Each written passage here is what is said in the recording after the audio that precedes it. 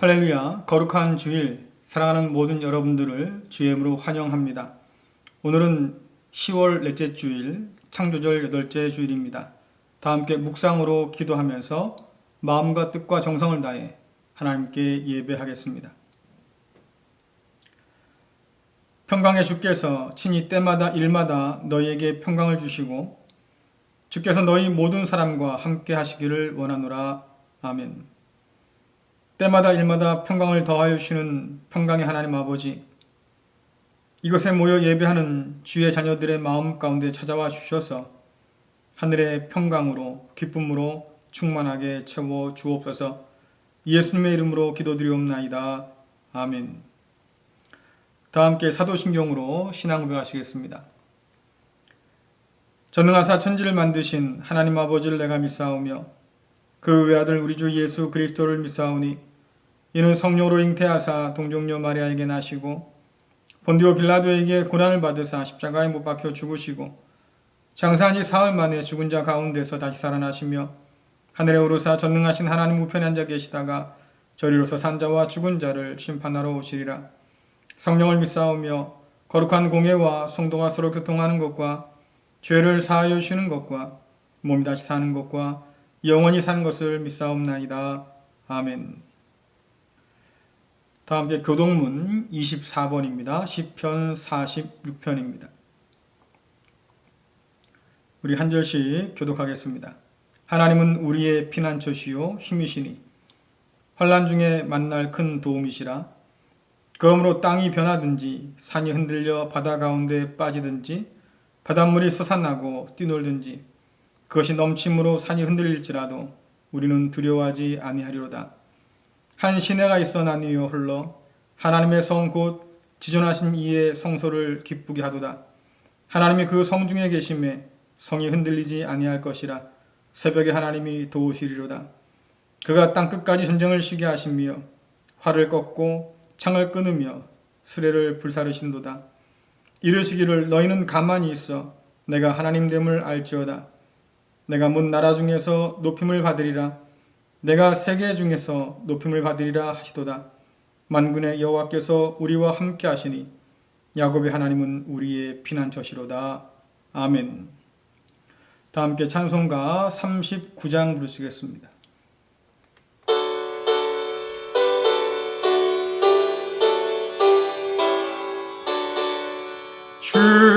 주은혜를 받으려 모인 성도들 주 크신 뜻 깨닫게 하옵소서.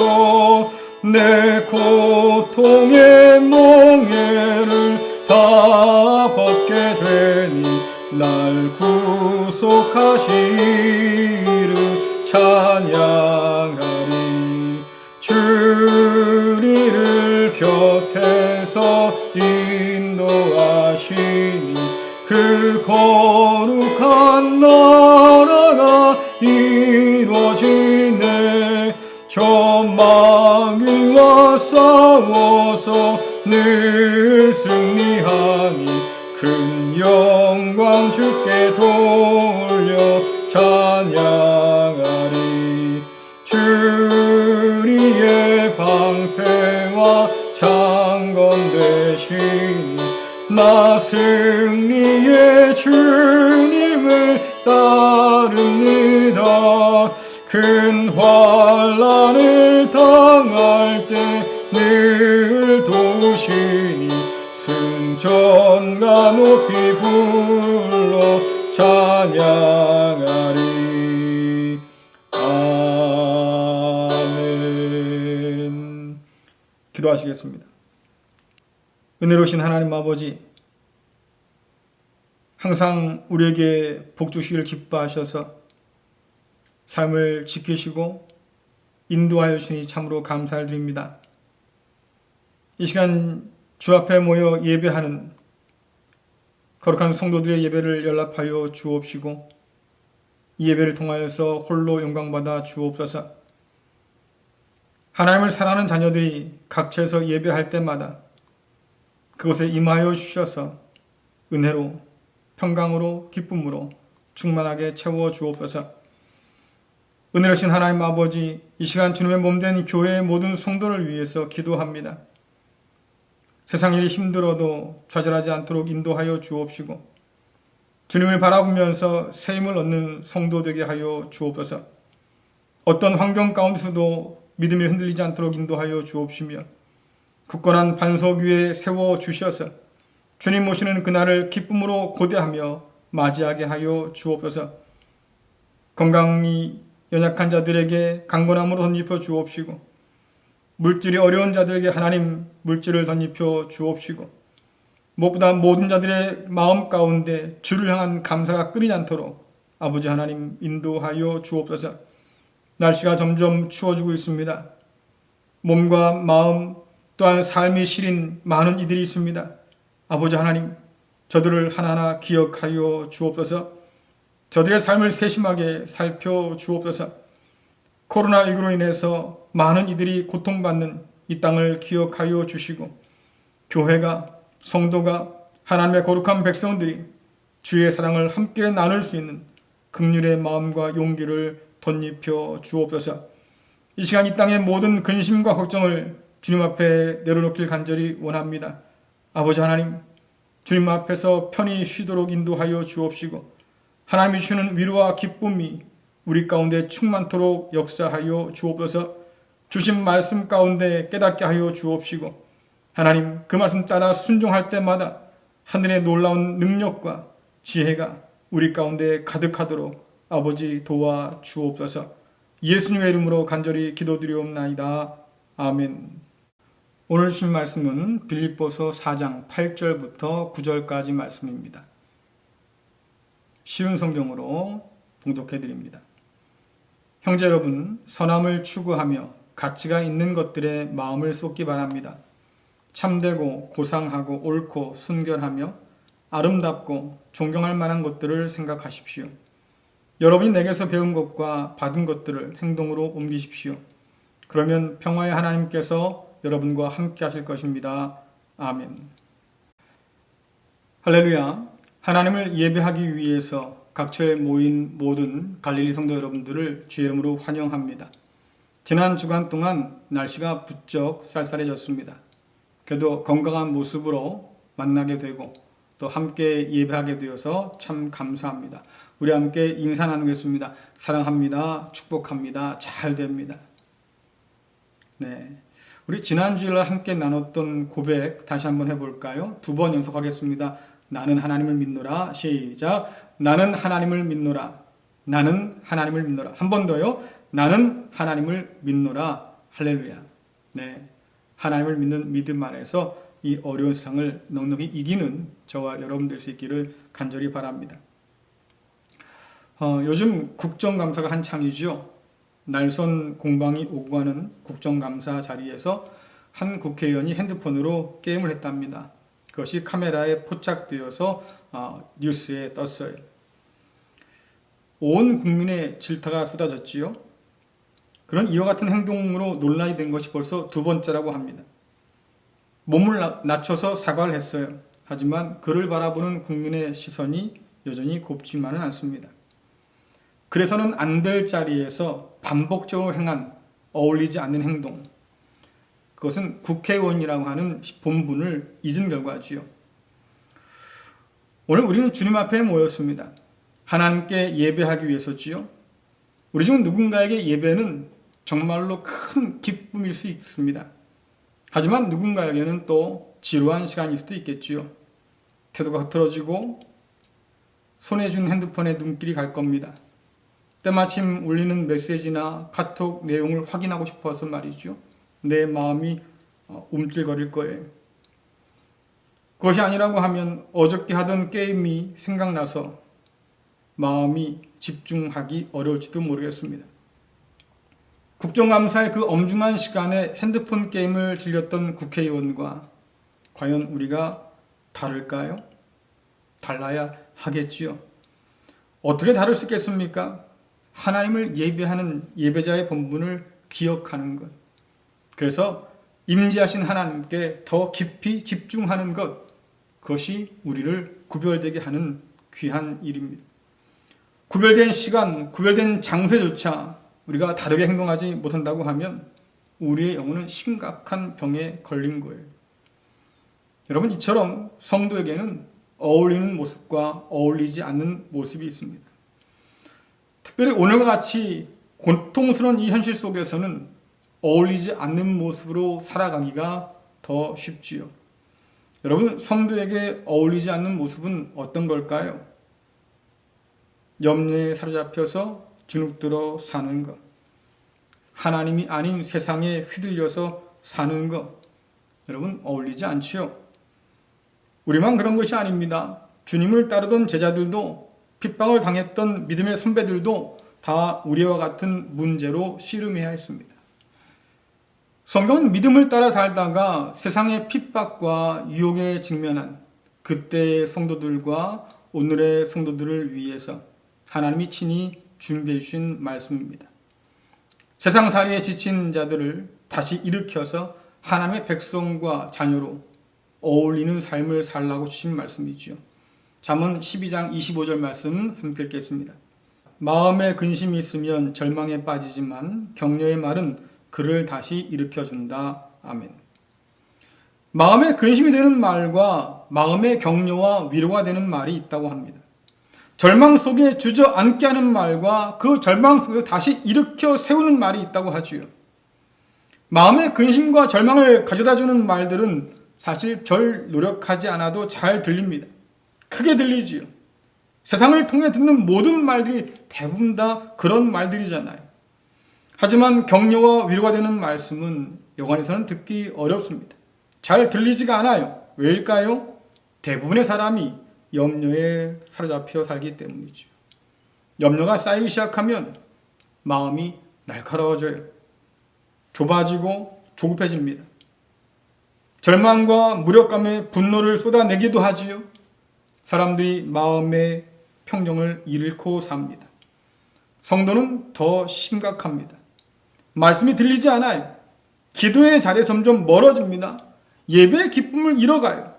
염려가 우리 영혼을 지배하기 시작하면 은혜의 한복판에서도 감사와 찬양은커녕 오히려 불평과 원망을 쏟아 놓습니다. 그래서 성경은 염려란 불신앙이라고, 하나님께서 기뻐하지 않는 것이라고 분명히 경고하고 있지요. 바울이 감옥에서 빌립보 교회에게 편지를 썼을 때 당시 빌립보 교회는 다가오는 핍박을 바라보면서 큰 염려와 절망에 빠져 있었습니다. 당시 그리스도인들에게 불어닥친 이 핍박은 정말로 두려워할 만한 것이었습니다. 그리스도인들은 황제를 비롯한 여러 도시 수호신들에게 절대로 절하지 않았습니다.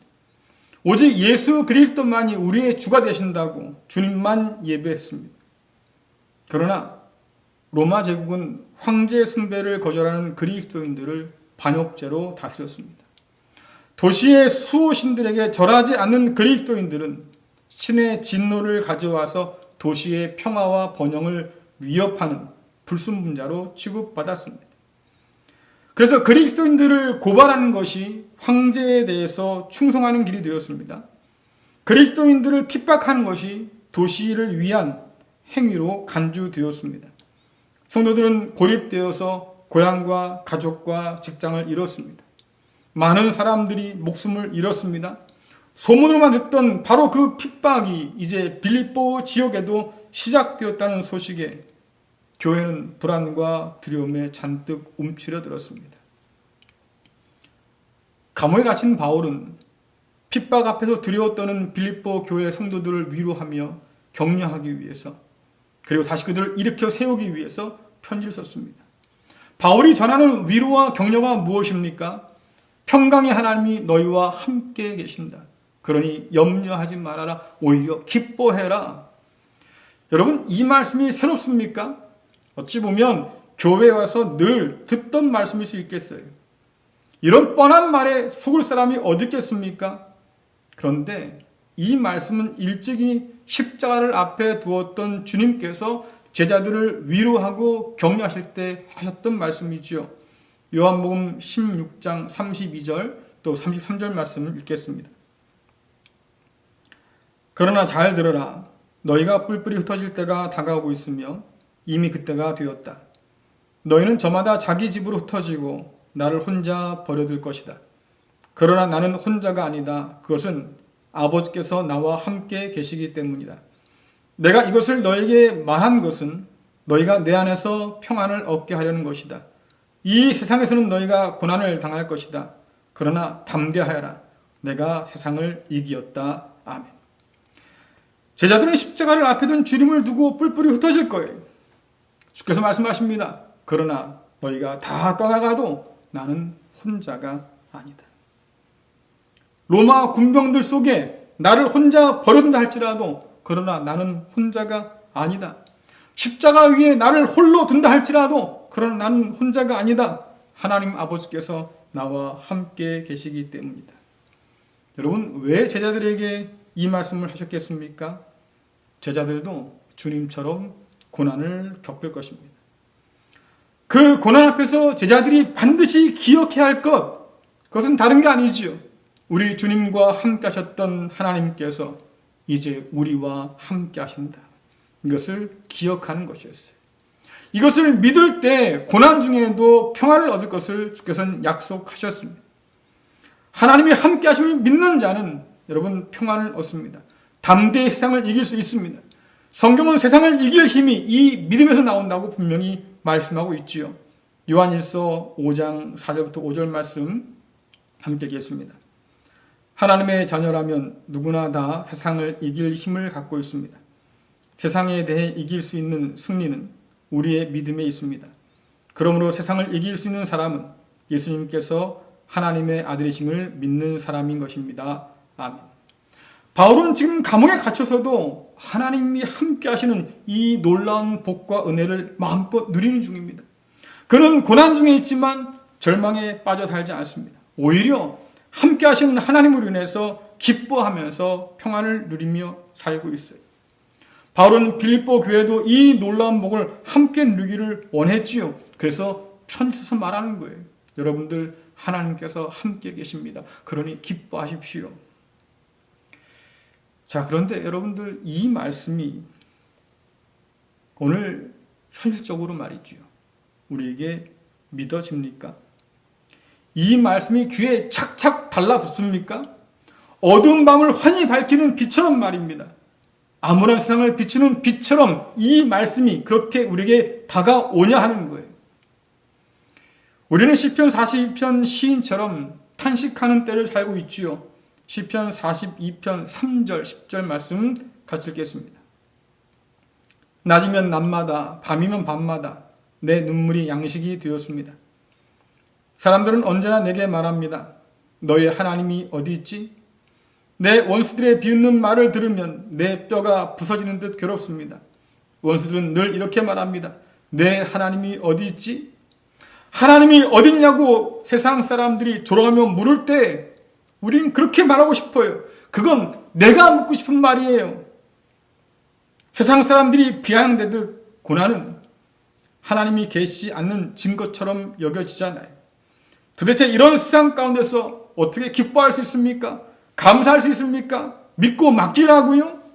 세상을 이길 수 있더니 담대하라고요? 여러분 정말 그렇다고 믿을 수 있는 겁니까? 어떻게 해요? 흔들리는 세상에서 우리라고 어떻게 흔들리지 않고 살 수 있겠습니까? 모두가 다 탄식하는 때에 무슨 수로 우리가 기뻐하며 살 수 있겠습니까? 허무하게 텅 빈 인생이 무슨 수로 말이지요? 평안을 기대할 수 있겠습니까? 그냥 하는 소리 아닐까요? 그러나 성경은 이런 우리에게 무엇보다 먼저 마음을 지키라고 말합니다. 잠언 4장 23절을 함께 읽겠습니다. 무엇보다 내 마음을 지켜라. 이는 생명의 근원이 마음에서부터 흘러나오기 때문이다. 아멘. 마음을 지키는 일은 중요합니다. 마음은 생각의 그릇이지요. 마음은 인격과 믿음의 자리입니다. 마음으로부터 우리의 모든 생각과 행동이 시작돼요. 이것이 마음을 지켜야 할 이유지요. 그런데 사탄도 우리에게 마음이 중요하다는 사실을 압니다. 그래서 우리의 마음을 빼앗고 뒤흔들기 위해서 애를 쓰지요. 사탄은 우리가 하나님을 깊이 묵상하는 것을 끔찍하게 싫어합니다. 사탄은 우리가 하나님을 생각할까 봐 두려워하지요. 그래서 우리를 분주하게 만들고 염려 속에 몰아넣어서 하나님을 생각하지 못하도록 만듭니다. 하나님을 생각하게 하는 모든 것을 길을 쓰고 방해하지요. 하나님의 선하심을 의심하게 하고 그래서 하나님이 아닌 자기 삶에 골몰하게 만듭니다. 늘 바쁘고 급하게 만들어서 하나님과 교제하는 것을 방해하지요. 우리는 바쁘게 사는 것이 좋은 것이고 바쁘게 사는 사람이 중요한 사람이라는 거짓에 속아 살고 있습니다. 하나님을 예배하지 못할 만큼 바빠요. TV 채널을 이리저리 돌려도 그러나 성경을 넘기면서 읽을 시간은 없다고 해요. 기도하기가 어려울 만큼 바쁘게 우리는 쫓겨 산다고 합니다. 사랑하는 가족이나 친구에게 곁을 내줄 수 없을 만큼 우리는 그렇게 분주하게 산다고 해요. 손목에 비싼 시계는 찾지만 정작 시간에 쫓겨서 허덕이는 바쁜 영혼을 우리는 삽니다. 여러분, 그렇다고 하면 우리는 사탄의 계략에 지금 속고 있는 거예요. 그래서 겉은 화려하고 그럴듯해 보이는데 실은 무너지는 중이지요.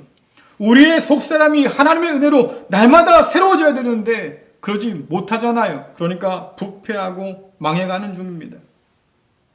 그렇게 바쁘게 살았는데 왜 사람들의 삶이 공허하다고 허무하다고 흐느끼며 호소하고 있습니까? 여러분, 이것이 남의 이야기만이 아니에요. 우리의 이야기지요. 더 두려운 것은 내 이야기일 수 있다고 하는 사실입니다. 우리의 마음이 온갖 염려로 가득 차 있는 것은 정작 채워야 할 것으로 채우지 않았기 때문이에요. 정말로 들어야 할 그 말씀을 귀 기울여서 듣지 않았기 때문이에요. 세상의 소리가 우리의 마음을 채웁니다. 거짓된 생각들이 말이죠. 우리의 마음을 채워요. 그러니까 예수를 믿고 살아도 하나님을 아버지라 부르는 권세를 갖고 살아도 속고 흔들리고 주저앉아서 포기하는 거예요. 예전에 누가 그러시더라고요. 예수 믿으면 복받고 잘 살아야 할 텐데 자꾸 쪼그라드는 것 같아서 속상하다고. 그래서 하나님 영광 가리는 것 같다고. 그분의 심정으로 볼 때는 자신이 부자로 살지 못해서 마음이 불편한 게 아니에요. 점점 쪼그라드는 자신을 바라보면서 세상 사람들이 뭐라고 할까? 하나님을 조롱하지 않을까? 하나님의 영광을 가리지 않을까 말이죠. 그게 걱정했던 거지요. 제가 그 진심을 알지만 제가 그랬습니다. 믿음을 가지고 버티는 것만 해도 칭찬받을 일입니다. 맞아요. 여러분, 주님 생각해 보세요. 주님은 목수라고 생각하지만 성경학자들은 석공, 돌을 다룬 사람에 가깝다고 그래요. 당시 예루살렘이나 갈릴리 주변에는 대규모 토목공사들이 많았습니다. 석공은 그곳에서 제법 대접받는 기술자였어요. 한참 왕성하게 일할 나이 30에 주께서는 다 내려놓으시고 복음 전한 일에 뛰어들었습니다. 인자는 머리 둘 곳조차 없다. 주님 말씀이시잖아요. 게다가 십자가에 달려 돌아가셨어요. 제자들도 배와 그물을 다 버려두고 주님을 쫓았습니다. 바울은 유대의 덕망인을 랍비가 될 수 있는 모든 기회를 다 뒤로한 채 주님을 따랐지요. 여러분, 그래서 어떻게 됐습니까? 동화 속 이야기처럼 말이죠. 잘 먹고 잘 살았습니까? 아니에요. 모두 핍박 속에서 순교했습니다. 여러분, 그들의 삶이 하나님 영광을 가린 겁니까? 아니죠. 끝까지 믿음으로 살아내서 하나님께 영광 돌리는 삶입니다. 히브리서는 핍박 속에서 두려워 떠는 성도들에게 말하지요. 여러분, 히브리서 12장 1절부터 3절 말씀 함께 읽겠습니다.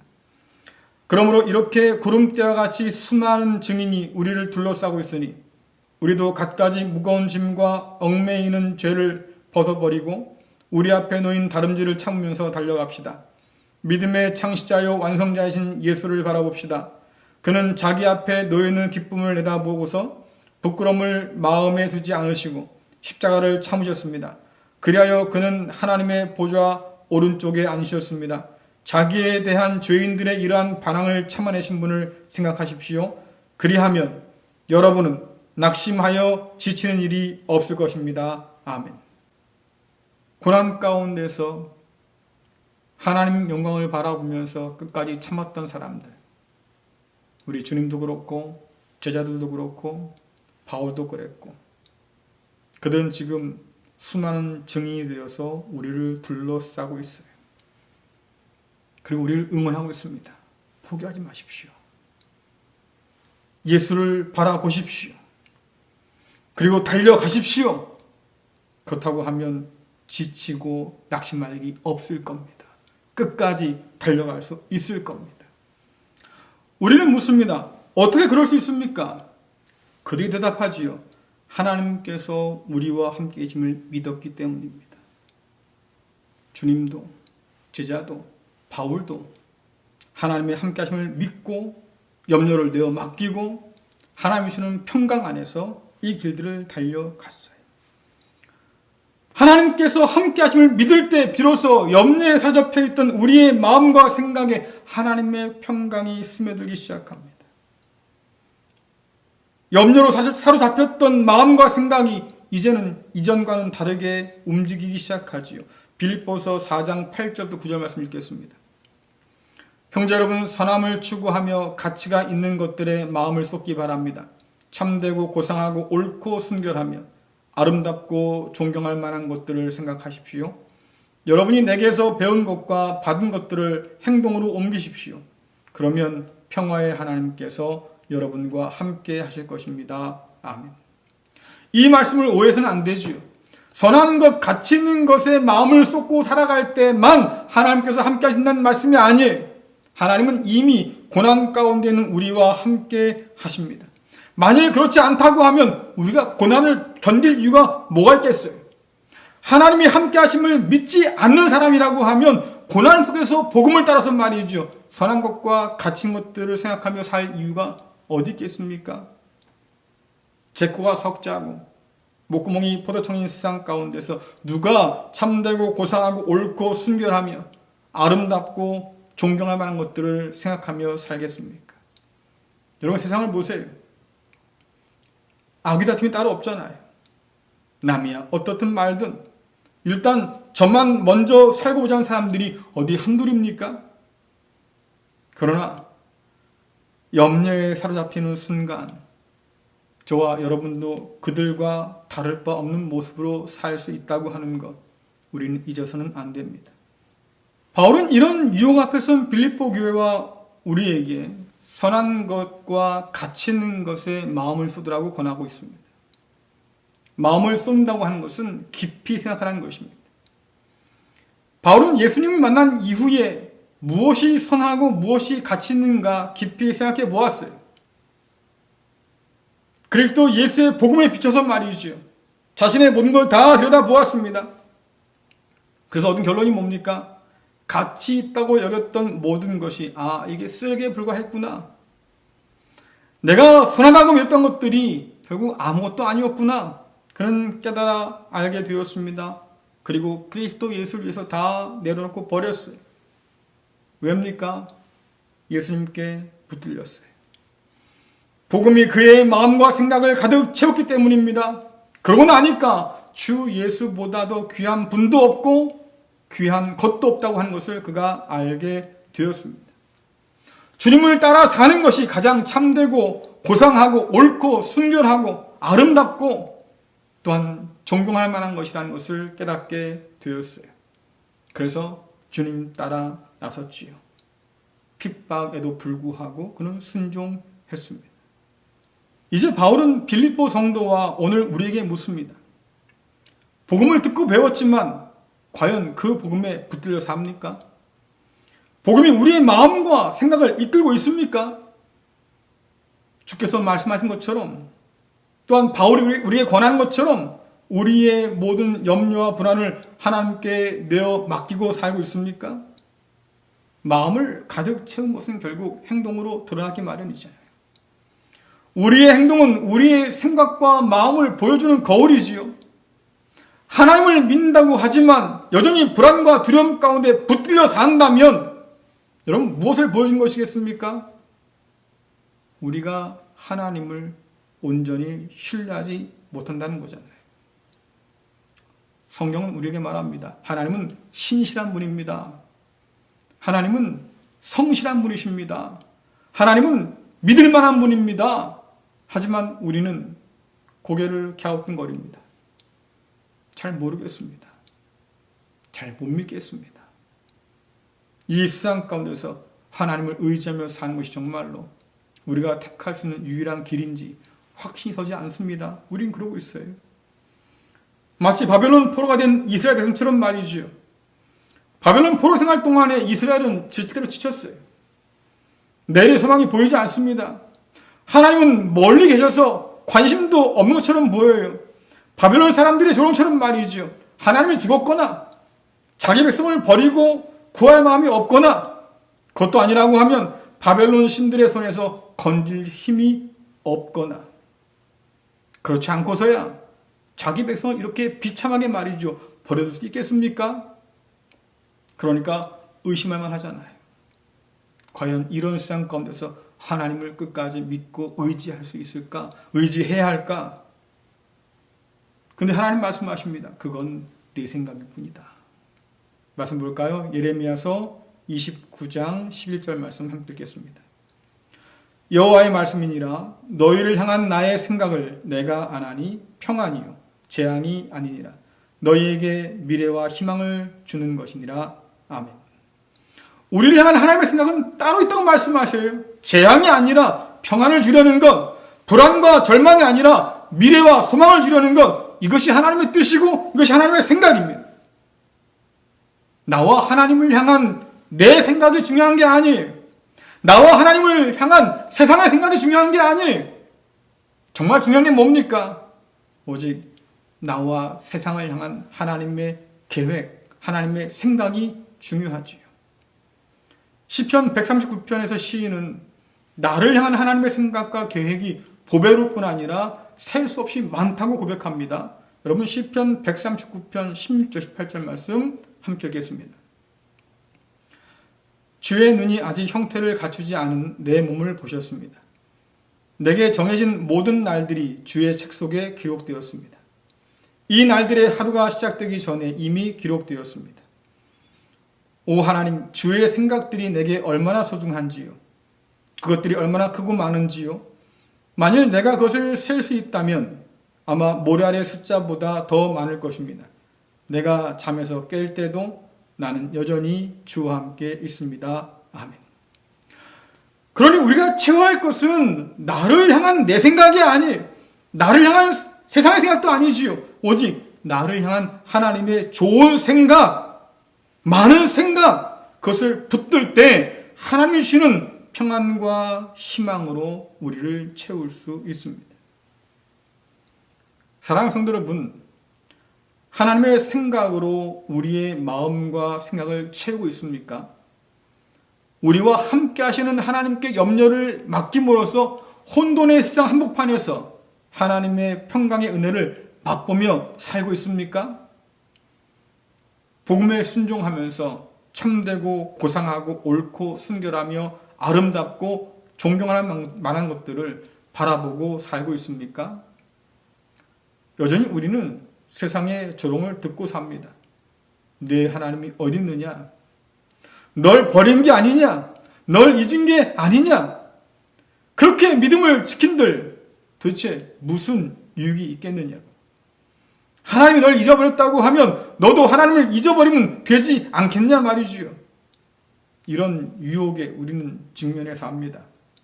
하지만 여러분 지금은 놓을 때가 아니라 오히려 굳게 붙들 때, 세상에 잡다한 것으로 우리의 불안을 달랠 때가 아니라 하나님께서 주시는 산 소망으로 가득 채울 때지요. 마음대로 되지 않아서 낙심하고 절망하는 이 세상 가운데서 빈 껍데기가 되어가는 삶이 아니라 하나님이 주시는 평강으로 가득 채워서 충만해진 삶으로 살 때, 터진 웅덩이 같은 세상의 헛된 것을 따라서 함께 메마른 삶이 아니라 생수의 그런 대신 하나님께 굳게 뿌리 내리고 풍성함을 누리며 살 수 있다고 성경은 말하죠. 주님께서는 요한복음에서 열매 맺는 포도나무 가지의 비밀을 말씀해 주셨습니다. 여러분, 포도나무가 탐스러운 열매를 맺으려면 비결이 뭐겠습니까? 물론 여러 가지 있겠지요. 그러나 가장 첫 번째가 뭐예요? 포도나무에 꼭 붙어 있는 겁니다. 가뭄이 오건 비바람이 몰아치건 말이죠. 일단 포도나무에 죽기 살기로 꼭 붙어 있어야지요. 열매 맺는 것은 그 다음 일이에요. 붙어 있지도 않는데 어떻게 열매를 맺을 수 있겠습니까? 그것은 헛된 망상일 뿐이에요. 성경은 언제나 끝까지를 강조합니다. 끝까지 견딘 자는 구원을 받습니다. 끝까지 견고히 잡는 자는 그리스도와 함께 참여한 자가 됩니다. 끝까지 지키는 자에게는 만국을 다스릴 권세가 주어집니다. 하나님은 이러한 성도를 끝까지 지키셔서 견고하게 세우십니다. 사랑하는 성도 여러분, 내 생각이 아닌 하나님의 좋은 생각으로 마음과 생각을 채울 수 있기를 간절히 축원합니다. 주시는 말씀 굳게 붙들어서 선하고 가치 있는 일을 따라 살 수 있길 간절히 바랍니다. 염려로 주저앉지 말고 오늘도 살아계셔서 우리와 함께 하시는 그 하나님을 의지함으로 다시 일어서기를 간절히 축원합니다. 평강의 주께서 친히 때마다 일마다 평강으로 더하여 주실 것입니다. 이 은혜가 우리 모두와 함께 하시기를 간절히 축원합니다. 기도하겠습니다. 우리를 위한 좋은 생각이 한없으신 하나님 아버지, 아버지의 좋은 생각으로 우리의 마음과 생각을 채워 살기를 간절히 원합니다. 두려움과 염려로 주저앉지 않도록 하여 주시고 생명의 말씀으로 다시 일어서게 하여 주옵소서. 세상의 거짓과 소문으로 가득 차서 염려투성인 우리를 불쌍히 여겨주시고 하나님을 믿고 의지할 때 하늘의 평강으로 우리를 사로잡아 주옵소서. 내 생각이나 세상의 생각이 아닌 하나님의 생각을 따라 순종하면서 하늘의 소망과 기쁨으로 이 세상을 이기며 살 수 있도록 용기를 덧입혀 주옵소서. 끝까지 붙드시고 인도하여 주시는 예수 그리스도의 이름으로 간절히 기도드리옵나이다. 아멘. 우리 말씀 생각하시면서 찬송가 455장 함께 부르시겠습니다.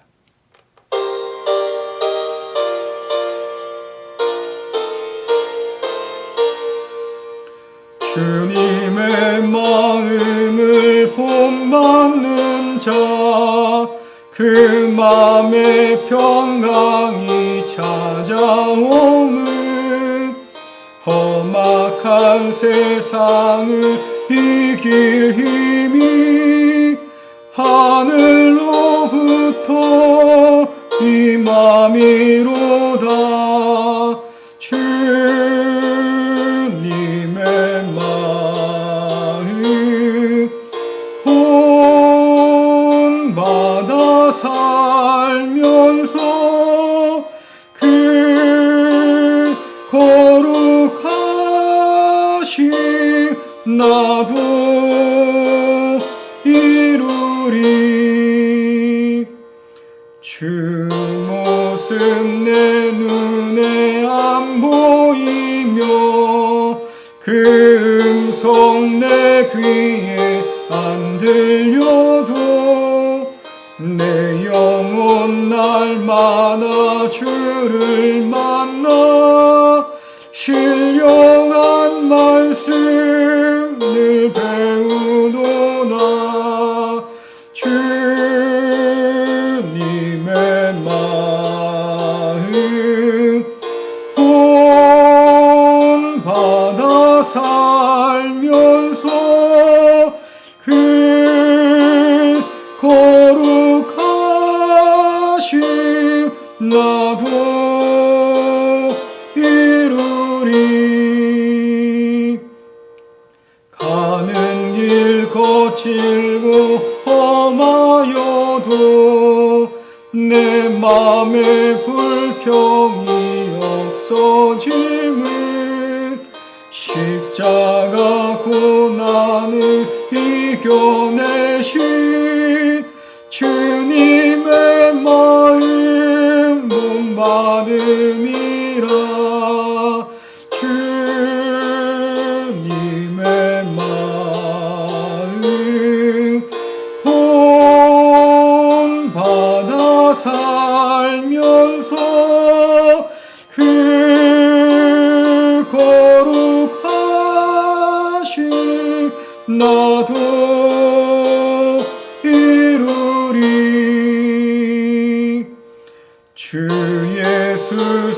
세상에 다시 오실 그날의 무성도 변화하여 주님의 빛나는 그 형상을 다 함께 보며 주 찬양하리. 주님의 마음 본받아 살면서 그 거룩하신 나도 이루리.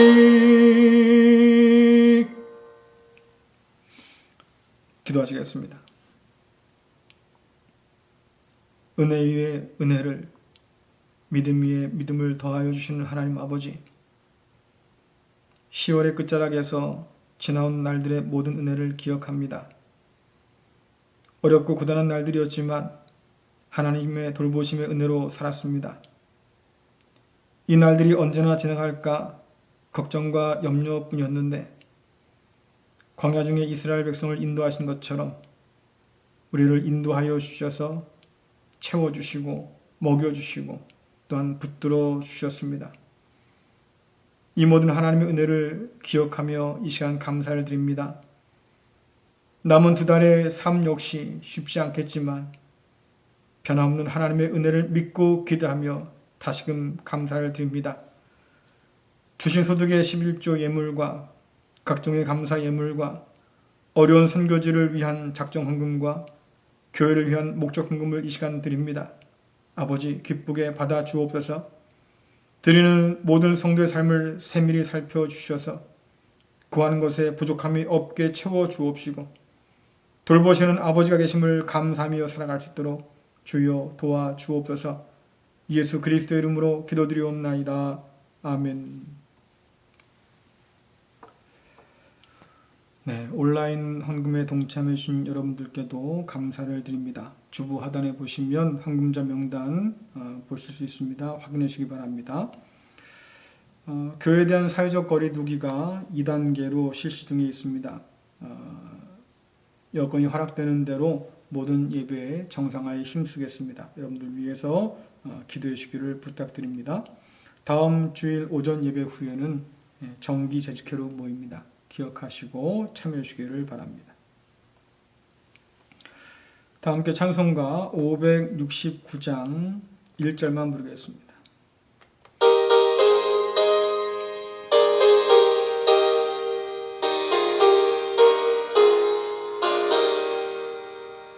선한 목자 되신 우리 주 항상 인도하시고 푸른 풀밭 좋은 곳에서 우리 먹여주소서. 선한 목자 구세주여 항상 인도하소서. 선한 목자 구세주여 항상 인도하소서. 기도하겠습니다.